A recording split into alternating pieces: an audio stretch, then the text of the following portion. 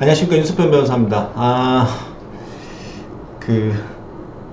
상법이 개정되면서 법인을 설립할 때 최저자본금 이라는 게 옛날에는 그런 제도가 있었거든요.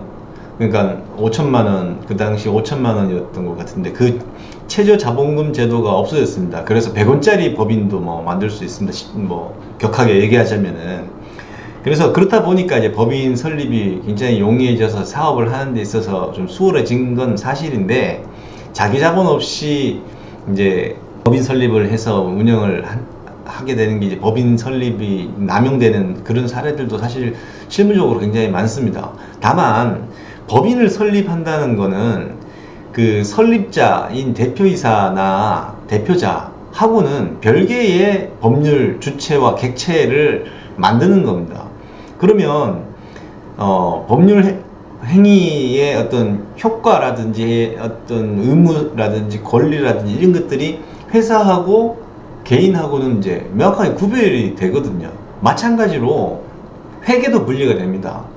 대표자나 대표이사 또 설립자와의 그 개인의 재산과 채무, 그 다음에 법인의 자산과 부채, 이런 것들은 명확하게 구분이 되는 거거든요. 근데 특히 100% 지분을 가진 1인 주주 회사 같은 경우, 그 회사가 내 거다라고 생각하니까 뭐 내 돈, 개인 돈 넣었다가 뺐다가 회사 돈 또 빼서 썼다가 넣었다가 뭐 안 넣기도 하고 뭐 이럴 수가 있는데, 이거는 사실 이제 대부분의 중소기업들이나 회사가 이제 매출 또는 채무 기준에 의해서 외부 이제 상장 회사가 아닌 비상장 회사가 대부분이고, 또 외부 감사 대상 기업이 아닌 중소기업들이 또 대부분이고, 그래서 이 부분을 이제 사실상 대외적으로 이제 공시할 필요성도 크게 적을 뿐만 아니라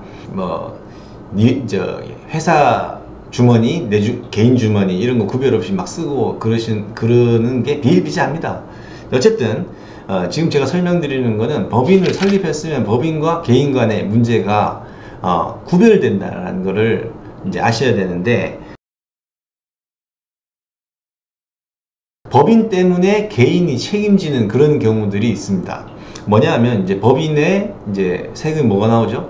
법인세, 또 부가세, 뭐 자산을 취득하면 취득세, 등록세, 여러 가지 세금들이 있는데, 이게 체납됐을 경우에는 과점주주의 2차 납세 의무가 있습니다. 2차 납세 의무, 과점주주. 그러니까 세금이 이제 성립했을 때 그 과점주주 51% 이상의 지분을 가진 사람은 법인이 이 세금을 체납하면 2차적으로 개인 돈으로 내야 됩니다.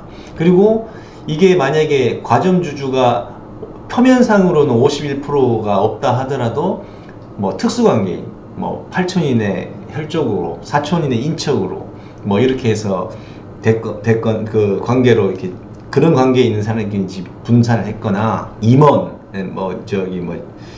실질적으로 영향력을 행사하는 사람, 이게 특수관계인으로 볼 수 있는 사람들, 범주에 있는 지분은 다 합쳐서 이 사람들 전부 다 체납된 법인 세금과 관련해서는 연대 책임을 지게 됩니다. 그래서 요거는 법률에 의해서 회사 책임이 개인 책임화 되는 거고, 그 다음에 임금, 퇴직금, 뭐 휴업수당 이런 것들 밀린 거는 이제 그 근로기준법상 또는 임금채권보장법 뭐 이런 거에 의해서 그 대표자나 고용주, 사업주, 사장님이 요거는 형사 책임을 지게 됩니다. 사장님 개인 돈으로 줄 이유는 없거든요. 임금, 퇴직금 등을. 대신에 이제 형사적으로 이제 근로자들이 노동청에다가 이제 고소 고발하면은 무조건 뭐 안 준 게 명백하기 때문에 유죄가 나오는 겁니다. 그래서 요거는 요런 것들은 이제 과거에 차당금이라고 불렀던 것들이 있는데, 이제 대지급금이라는 게 있습니다. 이제 고용노동부 장관이 주는 건데, 이제 근로복지공단에다가 신청하면 이제 간이 대지급금, 도산 대지급금, 도산자가 들어갔으니까 회생파산과 관련해서 지급하는 대지급금 이런 걸로 처리를 해주거나, 아니면 이제 형사처벌을 면하기 위해서 이제 근로자들이 취하해주면 되거든요. 그러면은 이 반의사 불벌죄이기 때문에 반의사 불벌죄가 아닌 항목들도 있습니다. 휴업수당이라든지 이런 것들은 반의사 불급죄인데 임금 퇴직금 같은 거는 이제 반의사 불급죄라서 근로자들이 처벌 원치 않는다 합의서만 써주면 처벌 안 받습니다. 그래서 합의를 보시거나 할 때 요거는 이제 개인적인 민사 책임은 없는데 형사적 압박 책임이 있다라는 요 정도로 하시면 되고, 그 다음에 연대보증은 나도 책임지겠다로 계약을 한 거예요. 그러니까 법인이 주 채무자로서 대출을 받고 돈을 빌리고 그거는 채무 하나, 그 다음에 연대보증 회사가 못 갚으면 나도 갚을게 하는 계약을 하신 거라서 그거는 회사와 관련해서 책임이 넘어오는 게 아니라 처음부터 내가 책임지겠다라고 계약을 한 거기 때문에 계약상의 책임을 지게 되는 겁니다. 그리고 이제 그거는 이제 회사와 관련해서 계약을 하셨으니까 그렇게 되는 거고, 이게 채권 소송 같은 게 이제 분쟁이 생길 수가 있습니다. 그러면은 피고가 누군지 정확하게 봐야 됩니다. 피고 주식회사 그리고 대표이사 홍길동 요렇게 돼 있을 경우에는 피고가 회사인 것이지 대표이사 이름이 적혀있다 대표이사한테 소송 들어온 게 아닙니다. 대표이사한테 소송할 때는 그냥 피고 홍길동만 기재하거든요. 그래서 소송이 들어왔을 때는 이게 법인에 대한 소송인지 개인한테 들어온 소송인지 피고의 표시를 잘 봐야 됩니다. 자, 그래서 법인에 소송 들어왔다 그래가지고 대표이사 개인 돈으로 갚는 것은 원칙적으로 아닙니다. 앞에서 말씀드렸던 뭐 2차 납세 의무, 그 다음에 그 연대보증 채무 이런 것들이 있을 수 있거든요. 그리고 4대 보험과 관련해서도 이제 법인이 이제 4대 보험 밀리게 되면은 그 과점주주가 2차 납부 의무를 부담하게 됩니다. 이제 국민연금이라든지 국민건강보험 이거는 개별 법에 의해서 법률에 의해서 과점주주에게 2차 납부 의무가 있습니다. 그 과점주주 판단은 특수관계인까지 잘 점검을 해봐야 됩니다. 특수관계인들의 지분은 다 합산해가지고 51% 넘는지 보거든요. 그러니까 그거들은 잘 보시면 되고, 자, 그 다음에 이제 법인의 채권자가 대표자한테 돈 달라고 하는 게 맞죠. 법인에는 팔다리가 없으니까요. 그러니까 실체가 없으니까 관념적인 거니까 대표이사한테 돈 달라고 하는 게 맞습니다. 근데 대표이사 개인 돈으로 주는 건 아닙니다. 근데 만약에 법인의 채권자가 이제 법인의 자산이 없다 보니까 회수할 채권 회수가 안 되니까 대표이사 개인 보고 니가 갚아라 이렇게 했다면은 원칙적으로 그거는 이제 불법 채권 추심이 될 수도 있고 불법적인 행위가 될 수도 있습니다.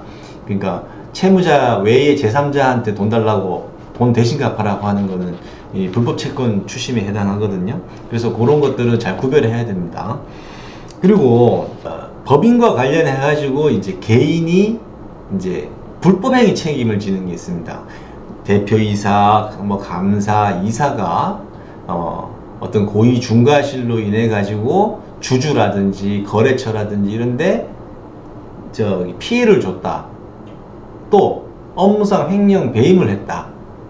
그러면 이제 손해배상 책임이 발생하는 거죠. 제3자들에 대한 민사상 손해배상 책임, 그 다음에 회사 업무상 횡령 배임은 피해자가 회사잖아요. 그러니까 거기다가 이제 반환해야 될 책임, 여러 가지 책임이 되는데, 요거는 법인과의 관계 자체라기보다는 대표이사의 대표이사나 임원, 뭐 이제 이런 자연인들, 행위를 하는 자연인들의 불법행위 책임이 이제 법인과 관련한 제3자들한테 그 부담이 되는 거죠. 부담이 발생하는 거죠. 그래서 이런 것들은 이제 개인 책임이 되는 겁니다.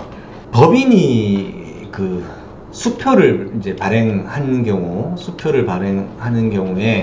그러면 수표 발행 후 부도를 내면은 부정수표 단속법상 처벌을 받게 돼요. 처벌을 받게 됩니다. 근데 요거는 이제 수표 발행 후에 법인파산 신청해서 법인파산 선고를 받게 되면 대표이사에서 파산 관제인으로 관리 처분 권한이 넘어가기 때문에 요때는 부도가 나더라도 파산 선고 이후에는 부도가 나더라도 무죄가 됩니다. 그래서 대표이사는 요때 형사처벌을 받지 않습니다. 원래는 이제 부정수표 단속법상 수표 발행 후 부도 내면은 처벌을 받아야 되거든요. 자, 그리고 이제 요렇게 해서 법인과 관련돼 가지고 어떤 원칙적으로는 대표자나 설립자, 대표이사가 민사상, 형사상 책임지지 않는다라고 일단은 이해하시고, 다만 계약에 의해서나 또는 법률에 의해서나 또는 그 개인들의 어떤 불법 행위에 의해서 법인과 관련된 개인이 민사 책임, 형사 책임을 부담하는 몇 가지 경우와 영역이 있다라는 걸 명확하게 구별하셔야 됩니다. 그래서 그리고 이제 사전에 법인을 차렸으면 회사를 차렸으면은 회사 거하고 개인 거하고 이 영역을 딱 구분해 가지고 하셔야 됩니다. 물론 뭐 말처럼 쉽지는 않습니다. 뭐 살다 보면 어려운 일이 있을 수도 있고 뭐 그럴 수 있으니까 법적인 것도 구분되지만 회계적인 것, 돈도 구분된다, 채무도 구분된다, 그 채권도 구분된다. 그래서 항상 요 회사를 법인 형태로 사업을 하시는 분들이라면은 이 법인의 어떤 회계나 그 다음에 법률적인 거나 그리고 개인의 책임이나 그 다음에 권리나 이런 거에 대해서 사전에 틈틈이 좀 이렇게 상식적으로라도 담아두고 업무를 좀 보시면 이렇게 사전에 이렇게 좀 법인 운영과 관련해 가지고 어떤 기초 지식을 가지고 사업 운영을 하신다면은 이제 나중에 이제 크게 이제 된통 당하는 그런 일들이 발생할 수 있는 가능성이 더 낮아지겠죠. 아니면 없어지고 깔끔하게 페어하게 운영하면은 뭐 개인 책임이 발생할 리가 없을 테니까 그런 경우야 뭐 상관이 없지만 여하튼 법인과 관련해서 개인이 어떤 책임을 지는지 그거에 대해서 간략하게 알아봤습니다.